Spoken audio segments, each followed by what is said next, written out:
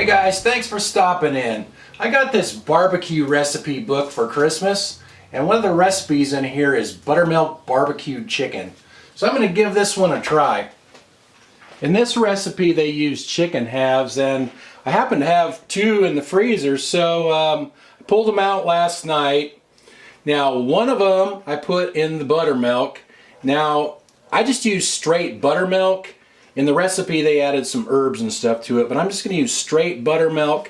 And this one here, I'm not going to marinate in buttermilk because I want to do a side-by-side comparison and see, you know, how much difference there really is. So this is a 1 3/4 pound chicken half, and that was exactly 1.5 pounds. I put the smaller one in the buttermilk because I thought that it might tend to dry out a little bit more.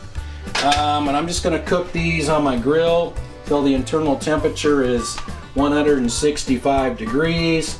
I'll just check them with this quick read thermometer here.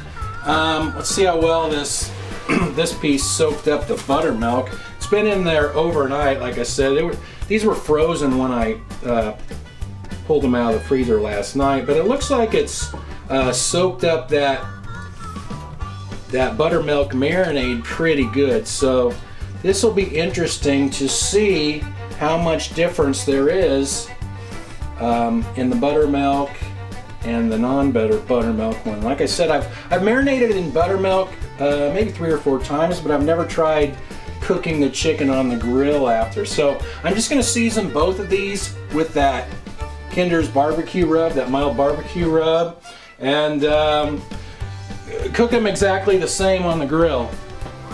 I'm using Royal Oak lump charcoal here, and I'm cooking indirect, meaning my coals are on the back side of the grill and the chicken's over here. I'm starting it out this way. If it needs more color at the end, I can put it over the coals for a little bit. But that's the buttermilk chicken, that's the non-buttermilk chicken. Doesn't that one look just more kind of spread out and relaxed? I'm curious to see how this is going to turn out, so let's get the lid on and get it cooking so we can taste it. It's been about 15 or 20 minutes, so let's take a peek here. Probably time to flip this over.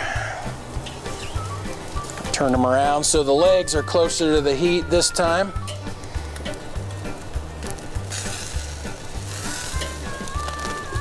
All right, looks pretty good.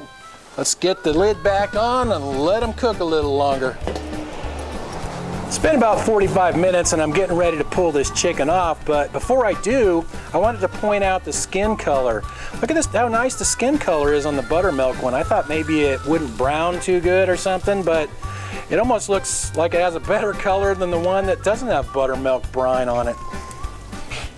All right, this is the buttermilk chicken. I'm gonna cut right into the breast on this because that is usually what is the driest on chicken. And I would say that that looks pretty good. It looks pretty moist to me. I wonder how tender the rest of this is. Cut that wing off of there. See how the leg looks here.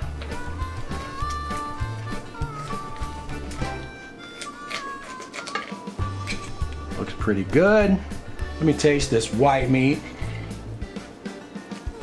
Well, that's pretty good. It's nice and juicy and it has good flavor. Now let's grab the other one and cut into that and we'll compare them. Now let's cut into the non-buttermilk piece and we'll see how this one compares to that. If I can cut through the bone there. Darn it. Well, this one looks pretty moist. That one looks pretty moist as well. You know what? Let me taste both of these off of camera and I'll give you the final rundown.